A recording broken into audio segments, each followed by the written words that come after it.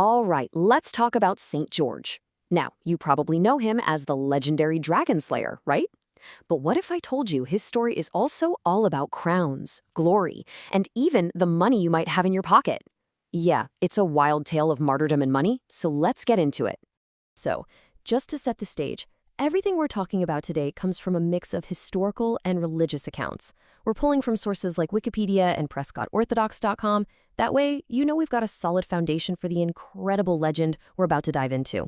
Okay, so let's kick things off with a bit of a mystery. You know, when we think about saints and martyrs, crowns are a pretty common symbol. But with St. George, it's different. The whole idea of crowns gets super specific and honestly way more complex than you'd think. So I've got a question for you, straight up. According to religious tradition, how many crowns did St. George actually receive for his martyrdom? Just take a second. What number pops into your head? And the answer is 7. Yep, not 1, not 2, but a full 7 crowns. And that number 7 is a huge deal. In Christian symbolism, 7 is like the number for perfection and completeness. It's about divine order. So receiving 7 crowns, that's the ultimate sign of a complete, perfect spiritual victory. But where did this number even come from? Well, that number wasn't just pulled out of thin air. It actually comes from some of the earliest Christian stories about his life and martyrdom. See, these old texts describe this incredible vision. After St. George was executed, he was seen in heaven, and he wasn't just wearing a halo. He had a diadem of gold and 7 separate crowns on his head, with each one representing his incredible, unwavering faith. And here's the line that started it all. This quote comes from early hagiographies, which, by the way, are basically biographies of saints.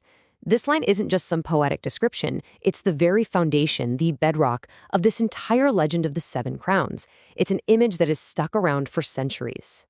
Okay, so what do these 7 crowns actually mean? They're not just participation trophies, you know?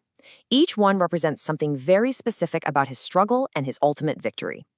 We can actually break them down into 2 main groups: the crowns he earned through suffering and the crowns he earned through victory. All right, first up, let's look at the crowns that honor just how much he suffered. First, there's the crown of martyrdom for his death by beheading. Then you have the crown of perseverance.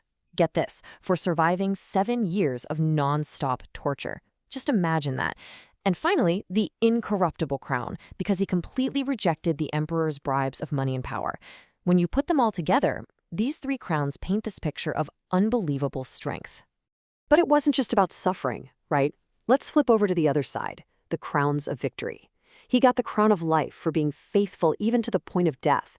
He received the crown of glory for his victory over evil itself, the crown of righteousness for his pure, unwavering devotion, and then the crown of rejoicing, which celebrates the thousands of people he's said to have converted.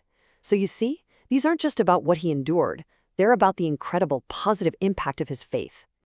So there you have it, 7 symbolic, heavenly crowns. It's an amazing story of faith and perseverance.